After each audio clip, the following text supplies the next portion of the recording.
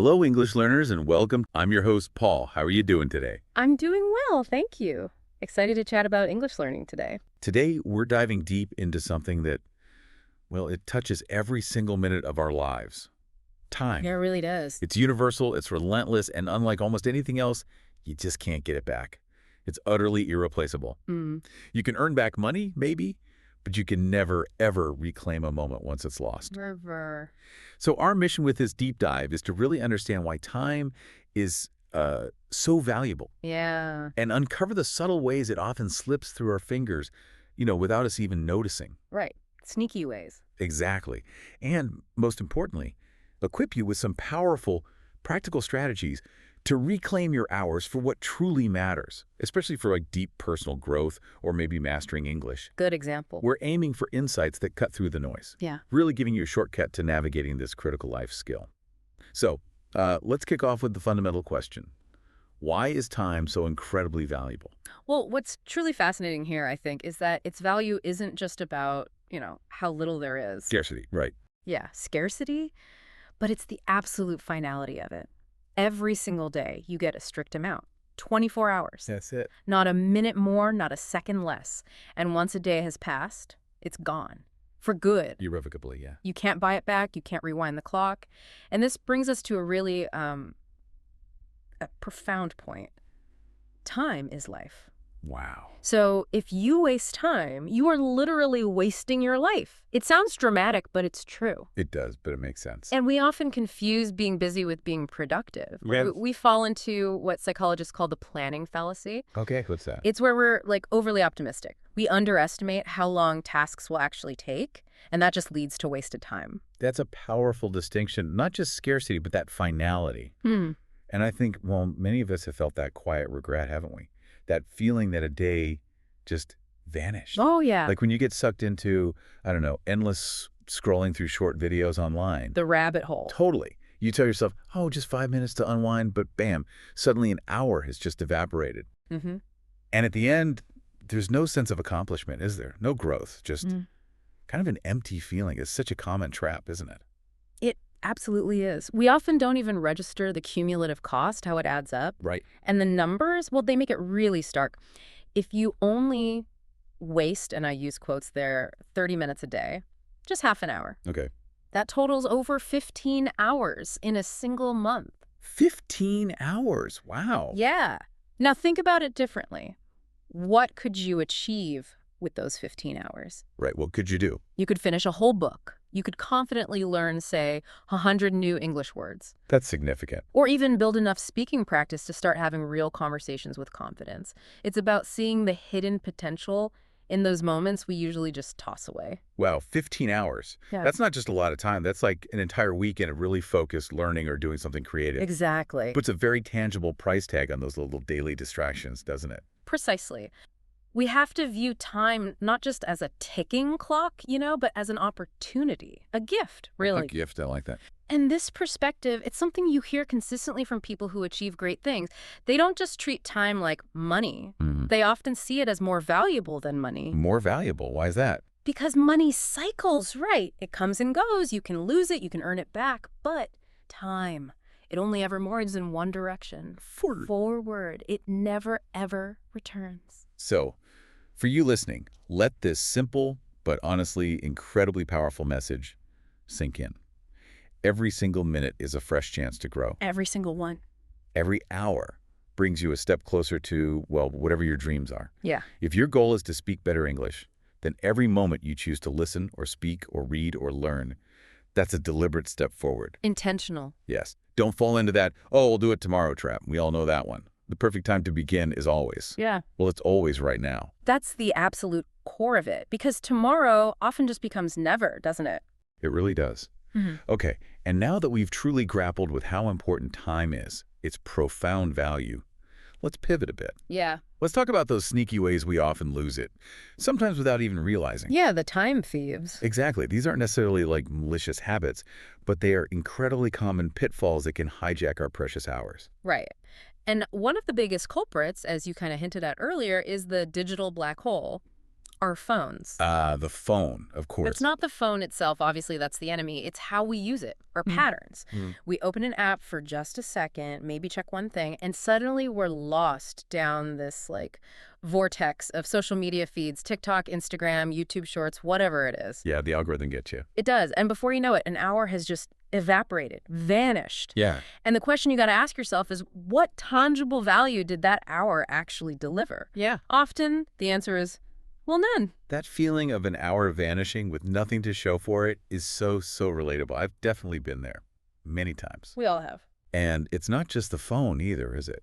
How about binge watching random shows, especially if they're in our native language, when we're trying to learn another one? Good point. Like, if you're looking to improve your English, why not switch the content to English? Even dedicating just, say, 15 minutes a day to a show in English that can significantly train your ear, immerse you in the language. Exactly. It shifts it from just passive watching to active learning, doesn't it? Right. It becomes intentional. And that word, intentionality, it's key. It leads us straight into another huge time waster, one that I think many of us struggle with, procrastination. Ah, yes. The old favorite. Right. This isn't just delaying tasks. It's often a kind of psychological battle with ourselves, maybe rooted in fear or needing things to be perfect. The perfectionism trap? Totally. We tell ourselves, I'll start that English lesson later, and later just kind of morphs into tomorrow, which then too often becomes never. We wait for the perfect mood or the perfect setup, but the truth is the perfect time is usually just, well, it's the time you decide to actually begin. Just start. Just start. And this ties into something called Parkinson's Law. Have you heard of that? Parkinson's Law. Remind me. It's the idea that work expands so as to fill the time available for its completion. Right. So if you give yourself all day to do a task that should only take 30 minutes, It'll take all day. It'll take all day, guaranteed. That's such a powerful point about Parkinson's Law. It's not just about the delay itself, but how much mental space we allow that delay to occupy. Exactly. And then there's overthinking, which feels like you're doing something productive, right? It feels like action, but often it really isn't. Oh, analysis paralysis, yeah. People spend endless cycles planning, worrying, strategizing, but never actually do the thing. Like, what if I make a mistake when I try to speak English? The fear. And then that fear just paralyzes them into silence. But mistakes aren't roadblocks. They're how you learn. They're opportunities. Absolutely. You learn by doing, not by endlessly thinking about doing. Right. Indeed. Thinking can be productive, of course, but when it completely replaces action, it just becomes a very sophisticated form of procrastination. That's a good way to put it. Sophisticated procrastination. So when you find yourself caught in these traps, whether it's, mindlessly scrolling, endlessly watching stuff that doesn't help your goals, putting things off till later, or getting stuck spinning your wheels in analysis, pay attention to how you feel afterward. Ah, the feeling. Oh, yeah. Do you feel energized, accomplished, proud? Or do you feel kind of, I don't know, vaguely guilty or exhausted or just like the day slipped away? Those feelings, they're basically your internal alarms. They're telling you something. That's a brilliant way to frame it, your feelings as a diagnostic tool. Like, if you spend hours on something and feel empty or regretful afterwards, that's your brain signaling, hey, that wasn't a good use of your irreplaceable time. The good news is, though, once you recognize these patterns, these feelings, you actually have the power to shift them. Absolutely. Awareness, it's always the first step toward transformation. Always. Right. So maybe take a moment, you listening, just honestly reflect. Where did your last few hours go? What activities left you feeling drained versus those that energized you or moved you even a tiny bit closer to your goals? That self-reflection, it's incredibly powerful. And with that in mind, let's maybe explore some really practical, actionable tips. Things you can do to intentionally reclaim and leverage your time. Yes, let's get practical. This is where the real change starts, right? This is where it happens. Okay, so tip number 1, and it sounds maybe obvious, but set incredibly clear goals. Foundational. Totally. If you don't know exactly what you're aiming for, you'll just drift. Right. You'll scatter your precious time on random, unimportant things. Ask yourself, what do I genuinely want to achieve today or this week, this month? Maybe it's learn 10 new English words a day or actively speak English for 5 minutes every single morning. When your goal is crystal clear, every minute you spend can be measured against it. Gives your time purpose. Right. Okay, so tip number 2 flows from that. Craft a simple daily plan. Simple being the keyword. Absolutely. You don't need some rigid minute-by-minute schedule that's impossible to stick to. Just identify maybe 2 or 3 must-do tasks for your day. Like the essentials. Exactly. For instance, listen to an English deep dive, or practice speaking for 10 minutes with a language partner, or maybe read one short English article. Write these down. Physically write them. Yeah, or type them, whatever works. And then this is important, visually check them off as you complete them. Ah, the satisfaction of the check mark. It provides a really powerful psychological boost and a tangible sense of progress. Makes you feel good. Okay, that makes sense. Tip number 3, tackle your most important task first. Eat the frog. Exactly, eat the frog. So many people put off their most crucial work, the hard stuff, until the end of the day. When you're tired. Yeah, when your energy levels are low. And then, guess what? It often gets skipped entirely. Happens all the time. Instead, attack your high priority items when your willpower and focus are at their peak, usually earlier in the day for most people. Good advice. And tip number 4, ruthlessly limit distractions. Ruthlessly. I like that. Yeah, you got to be fierce about it. When you're engaged in a focused task, like really trying to learn something, put your phone in another room, or at least on silent, face down. Turn off those notifications. Oh, definitely. Turn off social media notifications. You can even use a timer for focused work bursts, the Pomodoro technique. Yeah, 25 minutes on, 5 minutes off. Exactly. Work intensely for 25 minutes, then take a short 5-minute break. It actually trains your brain to concentrate better and makes you incredibly efficient over time. It really works. And tip number 5, this is a good one. Transform your idle moments into growth opportunities. Idle moments. Like what? Think about all those little pockets of time in your day. Waiting for a bus, standing in line at the grocery store. Doing dishes, commuting. Exactly. Doing dishes, commuting. These are often seen as just dead time, right? Wasted minutes. Yeah, you just zone out. But imagine if you use those 5 or 10 minutes intentionally. Listen to an English podcast clip. Review vocabulary flashcards on an app. Practice speaking a few phrases to yourself, maybe. Yeah, even just that, these little micro moments, they accumulate incredibly quickly. They could potentially add up to hours of focused learning each week without you needing to somehow find extra time you don't have. That's clever. Using the time that's already there, just hidden. Precisely. Okay, so let's quickly recap those 5 foundational tips for really mastering your time. What? 1, set crystal clear goals. Yep. 2, make a simple daily plan and check things off. Simple plan. 3, tackle your most important task. First, eat that frog. 4, fiercely limit distractions. Be ruthless. Get rid of them. And 5, intelligently use those small, often overlooked moments, the idle time for growth. Turn dead time into a live time. Nice. These aren't complex ideas, are they? But they feel profoundly powerful and accessible to anyone, really, regardless of how busy you feel. And that's the beautiful paradox, isn't it? You don't necessarily need more time. You just need to make better use of the time you already have. When you start implementing these, even just 1 or 2, you'll not only see tangible progress in something like your English, but also, I bet, a dramatic boost in your overall confidence and your sense of control. Control, yeah. That feels important. We've seen these principles transform lives. Yeah. Seriously. And these transformations, they aren't just theoretical concepts, are they? We've actually seen firsthand how adopting these mindsets, these habits, can truly shift someone's whole trajectory. Absolutely. Like, consider Ali. He was a 20-year-old student, dreamed of speaking fluent English, but for months, he was just caught in that classic, I'll start tomorrow loop. We know that loop. Right, losing hours to social media, video games. He genuinely thought he was just relaxing, unwinding. But really, he was unknowingly just putting his dream on hold. And maybe even feeling worse afterwards, like we talked about. Right, that empty feeling. Okay, so what happened with Ali? Well, one day, he encountered an insight similar to what we're discussing now. Your time is your life. Don't waste it. That core message. Yeah. And that simple idea, it just resonated really deeply with him. And instead of trying to overhaul everything at once, which is overwhelming, Yeah, don't do that. he started incredibly small. Just 10 minutes of English practice each day. Non-negotiable. 10 minutes. Seems tiny. It seemed insignificant, right?